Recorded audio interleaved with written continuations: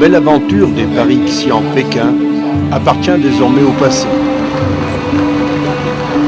Et l'on sent bien que si l'on continue de vivre comme des privilégiés, il nous faudra bientôt troquer notre tenue prestigieuse pour celle plus commune et anonyme du touriste ordinaire, même si notre effectif, lui, ne l'est pas.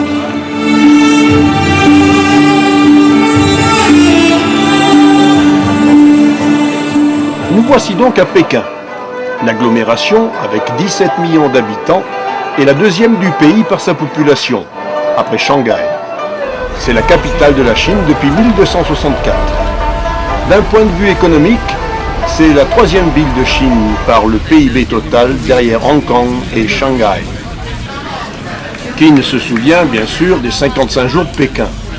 Mais aujourd'hui, les étrangers que nous sommes ont d'autres intérêts, en particulier la visite du palais d'été.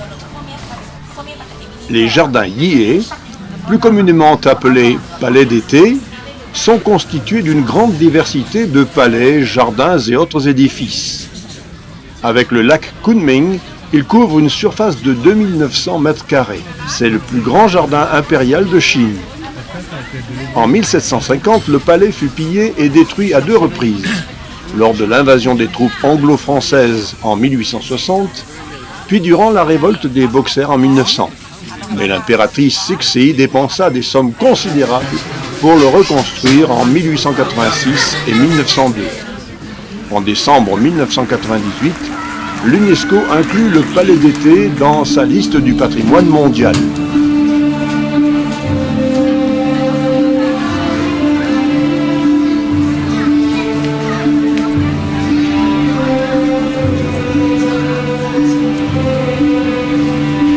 L'impératrice Cixi fit construire ce bateau pour donner des banquets. Difficile d'en faire d'ailleurs autre chose puisqu'il est en marbre.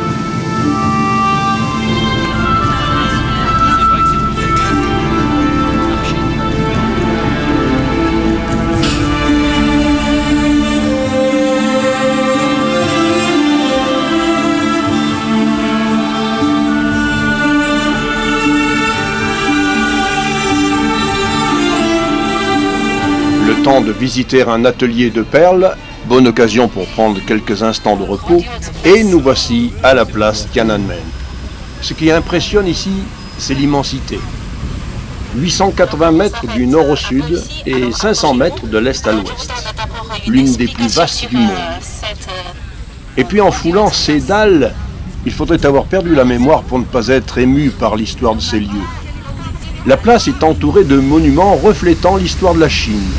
La porte de la paix céleste, dite porte Zhengyang, quelques bâtiments coloniaux européens au sud-ouest et sud-est. Un peu plus au sud se trouve le mausolée de Mao Zedong, entouré de longs bas-reliefs représentant des combattants de la Révolution. Au centre de la place, le monument aux héros du peuple, et puis bien entendu, des symboles tout récents de l'organisation des Jeux Olympiques.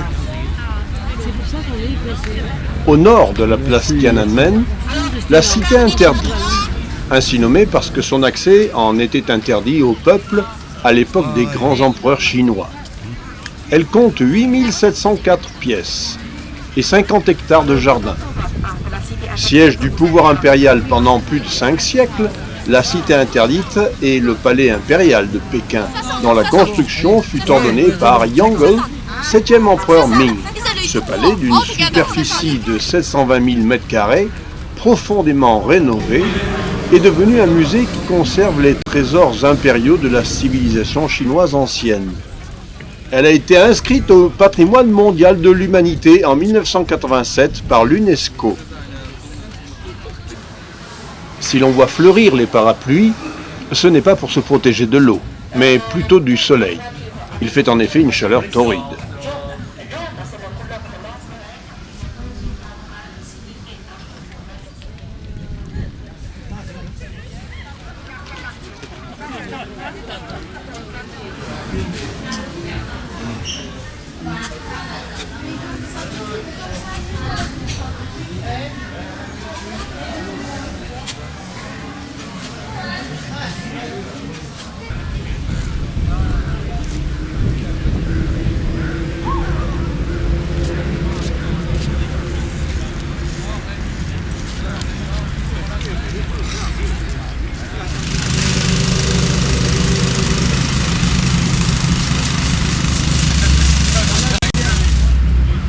Mais nous devons nous rendre à présent à deux réceptions.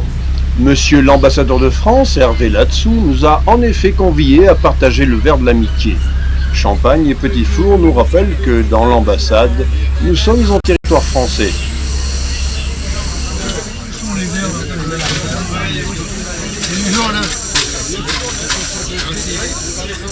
Mesdames et messieurs, chers amis, c'est un grand plaisir de vous accueillir aujourd'hui à l'ambassade de France après cet immense périple. On leur fait le cadeau du vélo. Après les discours de convenance, monsieur l'ambassadeur se voit remettre un vélo du Paris-Pékin. Nul doute qu'il lui sera d'une grande utilité dans l'exercice de ses fonctions.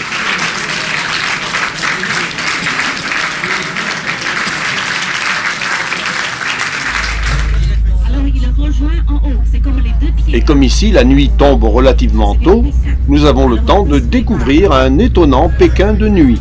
Vous connaissez SRO? Il est comme interprète pendant 5 ans sur le chantier. Je peux vous dire que ça fait 2 ans en arrière, c'était pas comme ça. Bien sourire, mais le souvenir est parfois éternel. Et personne n'est assez riche pour s'en passer.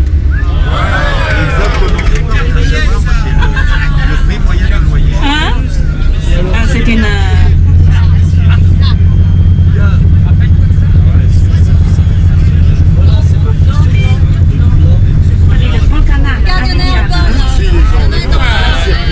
Regardez en bas, il y a le grand canal. Regardez en haut, il y a le...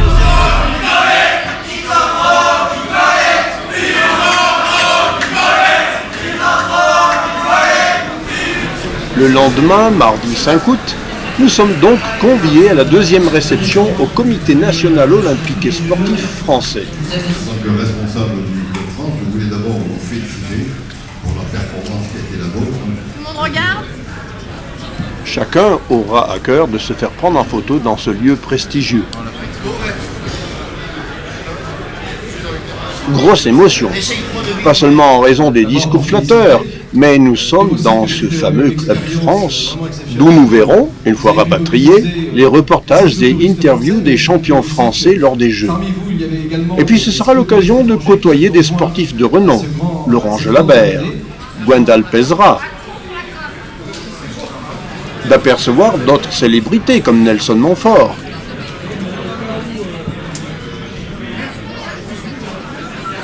Et de partager un repas à la française avec l'adjoint au ministre des Sports, Bernard Laporte.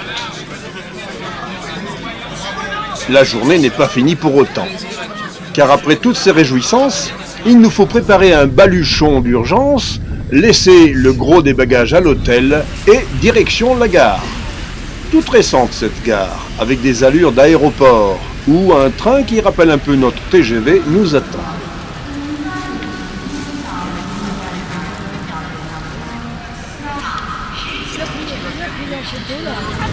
Toute dernière création de la Chine en matière de train, il est assez impressionnant et l'intérieur en est spacieux et bien aménagé.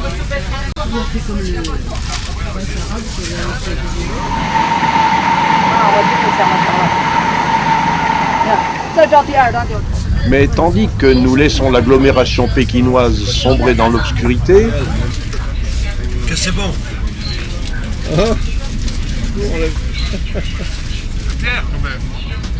une fois lancé à près de 250 km/h, d'intenses vibrations nous laissent à penser qu'il est en train de battre des ailes et qu'il ne va pas tarder à décoller.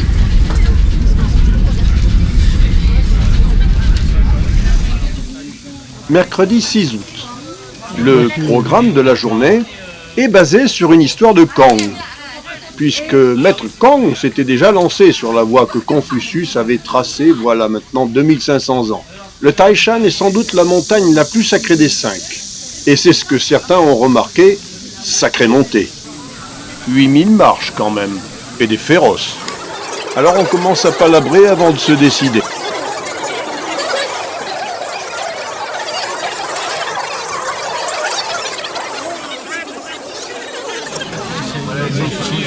Ouais, c'est ça. Faut pas perdre le nord.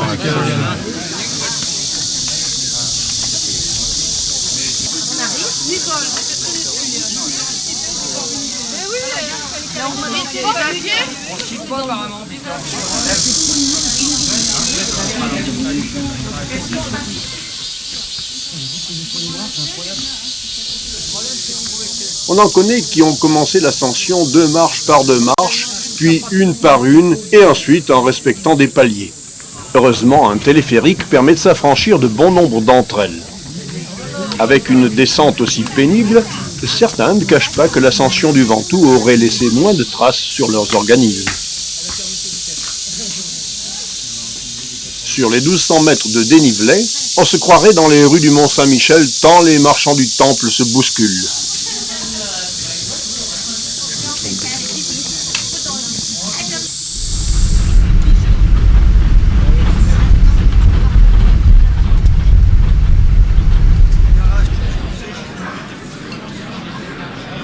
Jeudi 7 août, matinée bien remplie. À Koufou, petite ville de 600 000 habitants, patrie de Confucius, autrement nommé Kang, nous allons en effet rendre une petite visite au sage qui a cessé ses méditations en 450 avant Jésus-Christ. Je m'appelle Yang Wenqian, c'est écrit en 2 mots. Yang, c'est mon prénom de famille, mon nom de famille.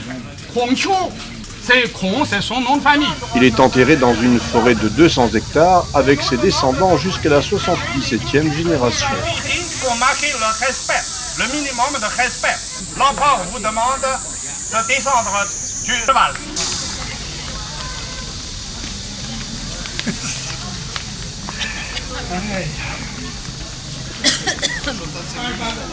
Ça glisse.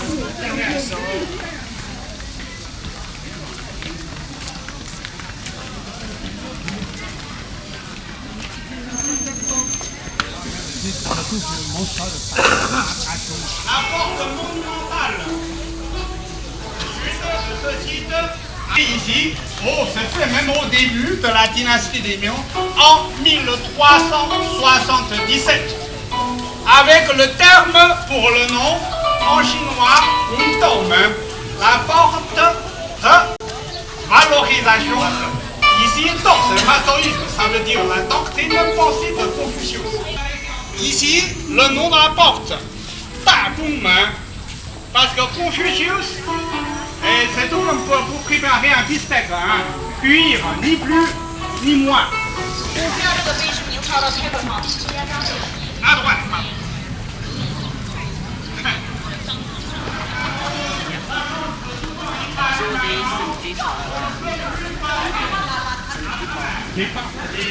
Parce qu'il y a peu de temps après, son fils, son seul fils, lui aussi, est blessé à mort par les types. Donc ça, c'est des dessins pour raconter ça. Et nous allons passer par ici, si vous voulez voir, juste 2 minutes. Je vous attends, pardon, je vous attends ici. Il faut quand même penser à s'aligner aux Chinois. Vous voyez, nous, enfin, même si nous sommes mongols, mais seulement, si le verre ici en soleil, vous avez encore un peu de verdure, desquels on a pu produire des estampes, même maintenant des reproductions imprimées que vous avez vu tout à l'heure dans le pavillon des arts pour raconter l'histoire de Conde. C'est caché derrière, conservé. Et vous avez des 2 côtés de sa vie, on prétend que Conde a eu tout au long de sa vie et des disciples qui sont même au nom. C'est l'esthétique chinoise.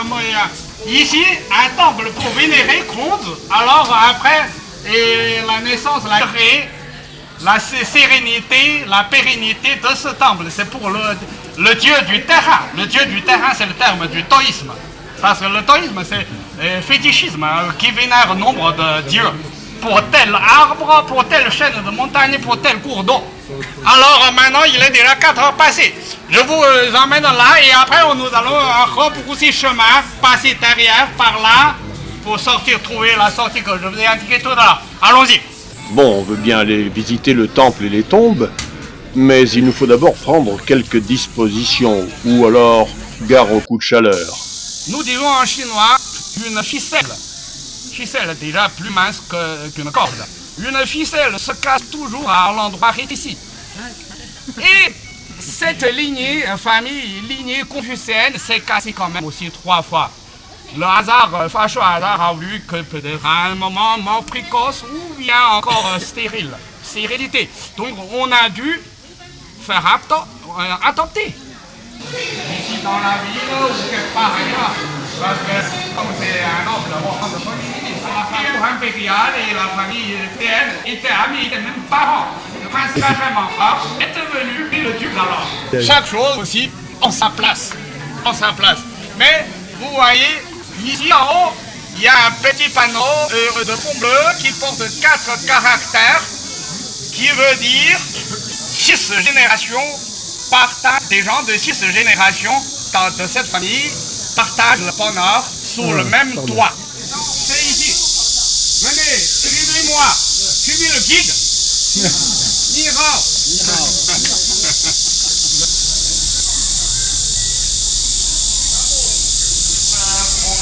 La forêt de Congo, c'est le cimetière de la famille contemporaine. Donc ici,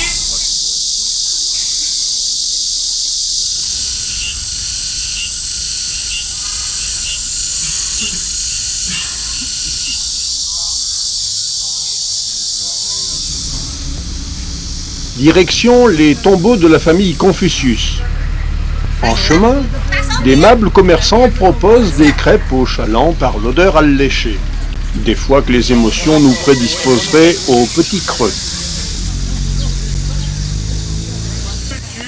grand sage suprême atteint à la perfection avant de lui-même. Alors ça m'avait un peu vraiment. Ici, devant vous, c'est le tombeau de son petit-fils. Comment mieux terminer une journée aussi riche autrement qu'en assistant à une super production façon chinoise où 300 danseurs, jongleurs, musiciens et comédiens font merveille dans un théâtre en plein air sur le thème de « Tous les hommes sont frères » inspiré de la vie de Confucius.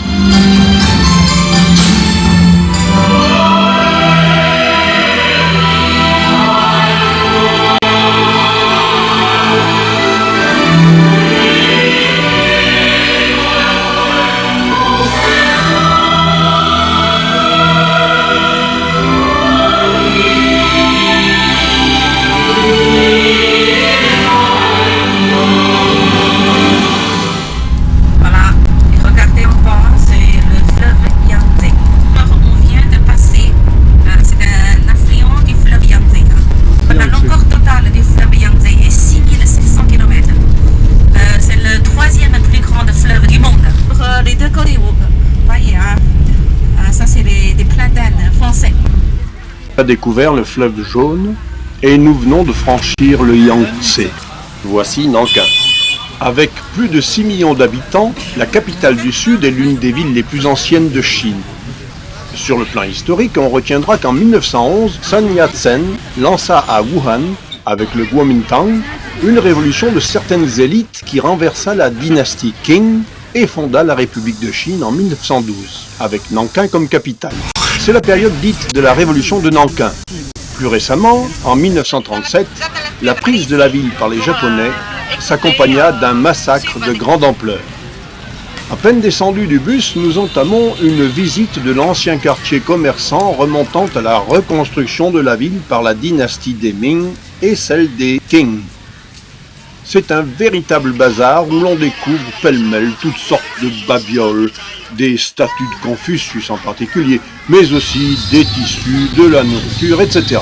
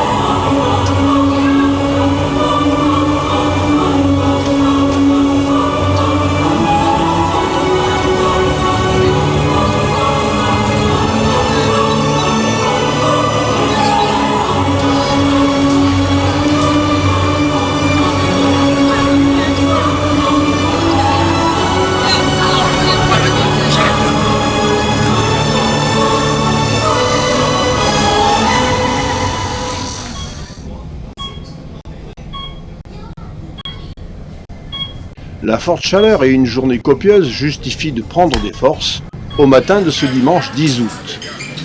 La visite du mausolée du docteur Sun Yat-sen, fondateur de la République de Chine en 1911, rappelons-le, implique de gravir 390 marches et 10 terrasses. Simple formalité si l'on se souvient de l'ascension du mont Taishan. En dépit des centaines de touristes qui se pressent sur le site, cela reste un lieu de paix et de sérénité.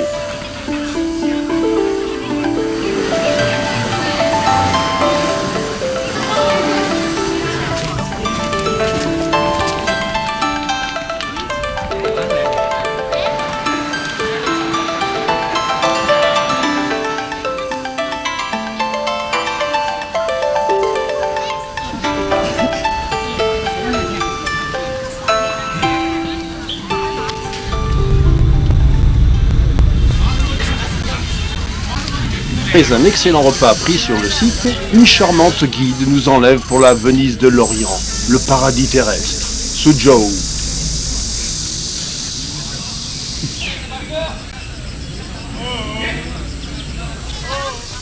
Et plus exactement vers la colline du Tigre, ainsi nommée parce qu'Elu, roi des Wu, y fut enterré après sa mort. 3 jours après son enterrement, sur sa tombe, apparut un tigre blanc.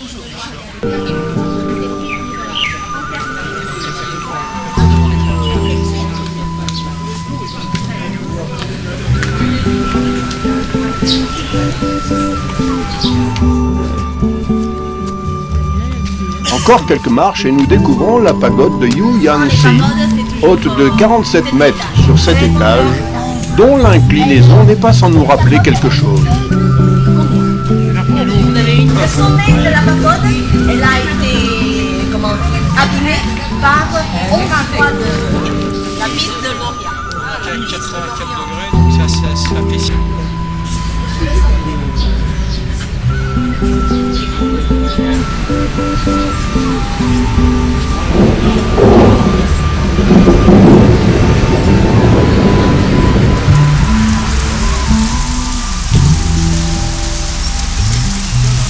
Décidément, l'Éden n'est pas à l'abri des intempéries, lui non plus. Alors quittons ce paradis-ci pour ce paradis-là, le jardin de la politique des simples, où l'œil se réjouit alors que le corps se repose. On y trouve rassemblés, comble de félicité, l'eau, la rocaille et la verdure.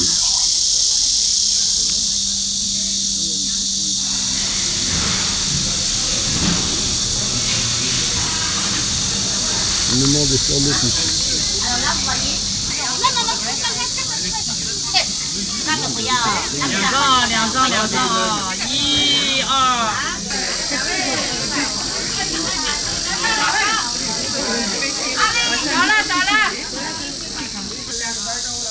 Vous avez bien tout à l'heure.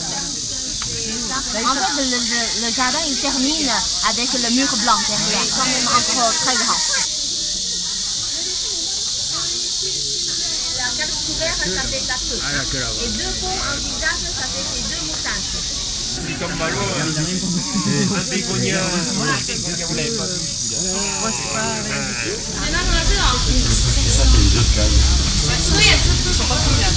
Qu'on ne les voit pas, on se cache avec un éventail. Ça c'est aussi une spécialité de cette ville.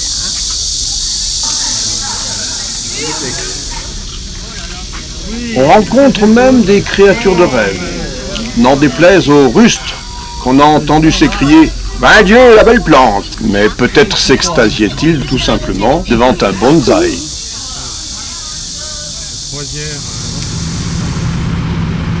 La ville de Suzhou n'a pas encore révélé tous ses secrets. Alors nous allons l'aborder, si l'on peut dire, par ses canaux.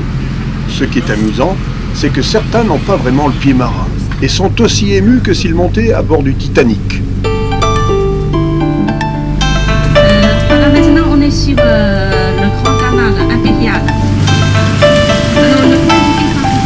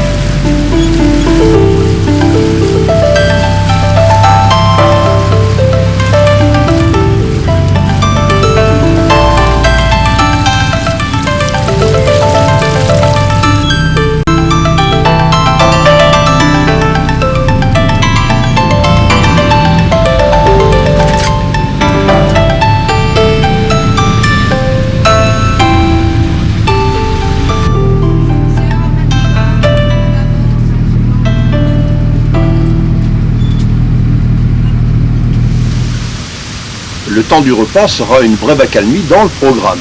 La digestion se fera dans une fabrique de soie où nous assistons au travail depuis l'élevage des vers à soie jusqu'à la commercialisation d'articles divers. Une grande partie de l'établissement est consacrée à ce qu'était le travail à la main dans une atmosphère humide et surchauffée. Mais ce sont des machines qui ont pris le relais aujourd'hui.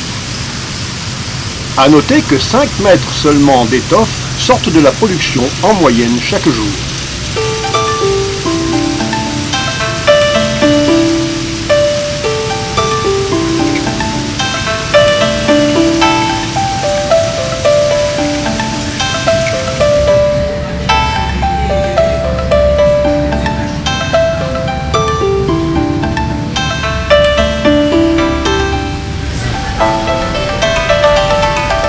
Sur les lieux de vente, nous assistons à la fabrication de l'une de ces 6 célèbres couettes.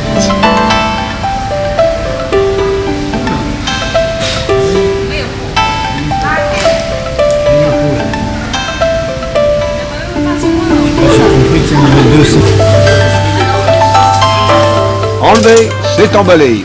Au revoir messieurs, dames, et bon voyage. Bonjour messieurs, dames, et bienvenue à Shanghai.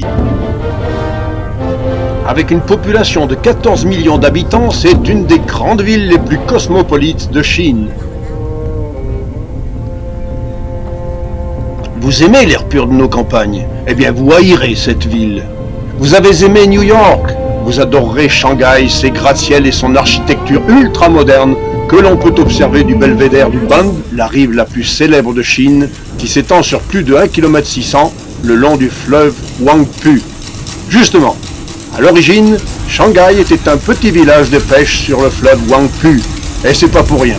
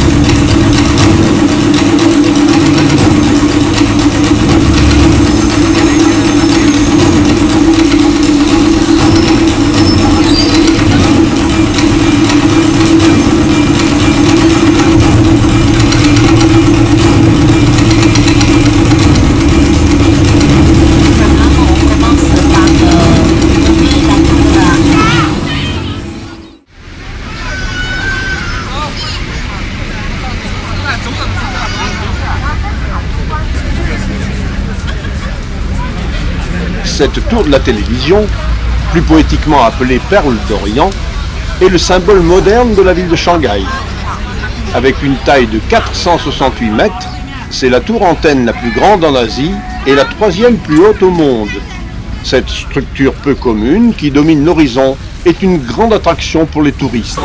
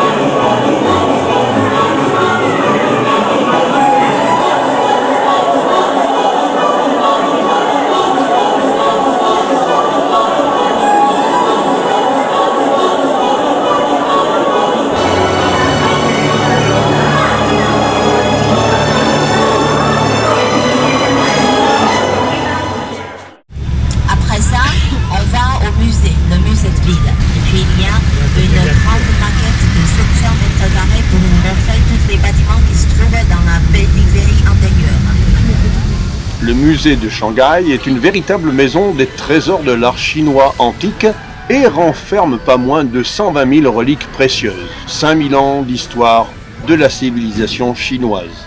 En prime, un aperçu du Shanghai d'autrefois, de son évolution et de son avenir.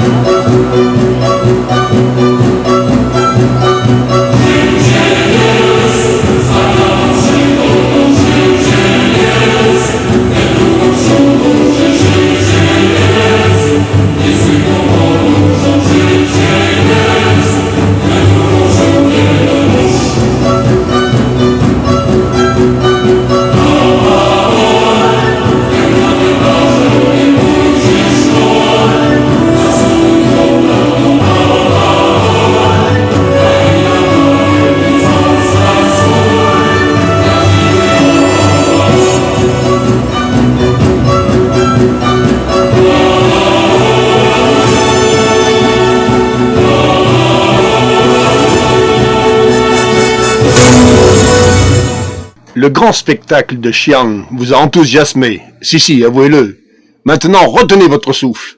Voici le cirque de Shanghai.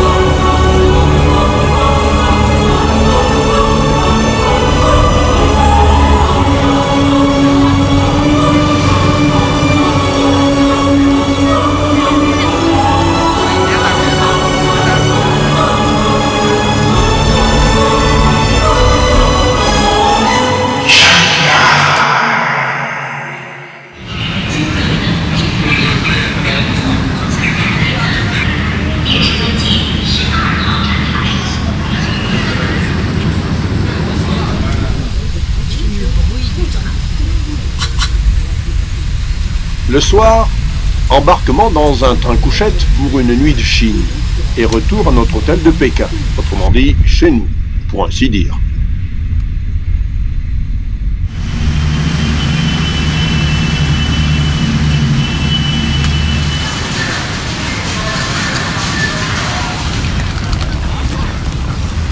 Un brin de toilette, quelques victuailles expédiées à la baguette et en route pour les épreuves de qualification de canoë-kayak.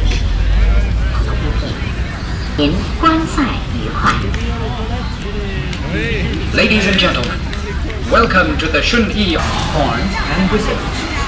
Bulky large bags, cases, or other portable items. La veille, certains ont déjà pu encourager Tony Estanguet. À notre tour, donc, d'applaudir Émilie Fer en simple dame et le double messieurs Bro Forgy.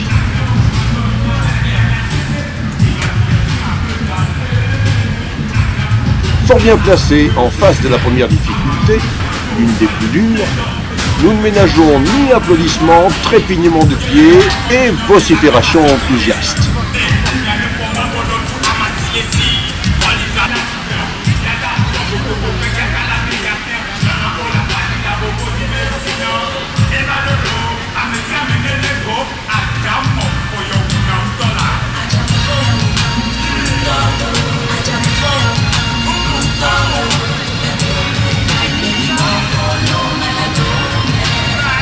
Jean-Michel Prono from France, the assistant chief judge.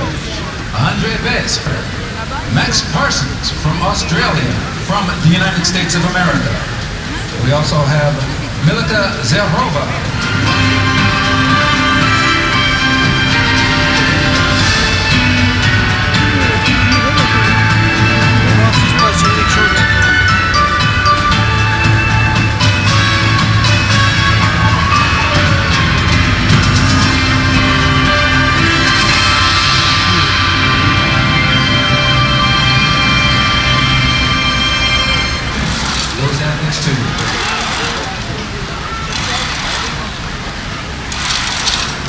At the World Championships of mid-numbers, 9 from France. This is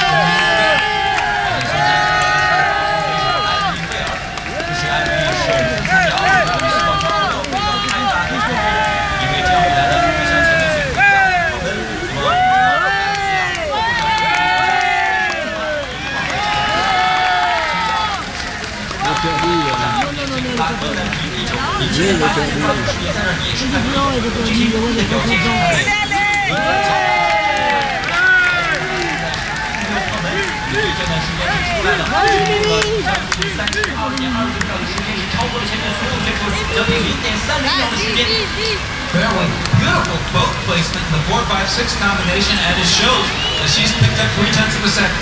The fastest split time so far for Fenner now driving into 11.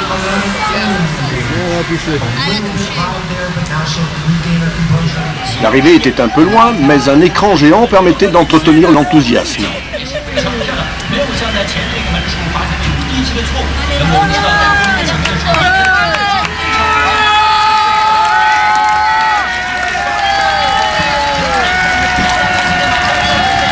Comment? Chauvin, nous? Mais ça alors, il n'y a pas plus impartiaux.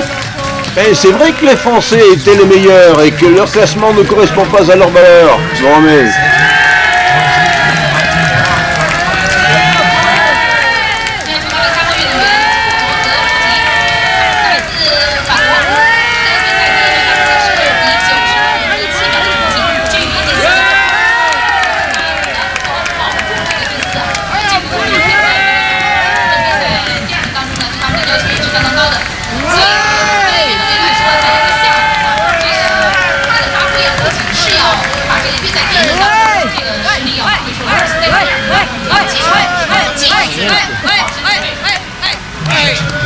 Tradition in the C2, we saw the great bow pressure off the upframe and second. Martin nicely into the first of the double. Nice strike through the dance, and it's cool as though there's no way whatsoever watching for this split time to be. One of the reasons was the way that cranked around the outside of 16.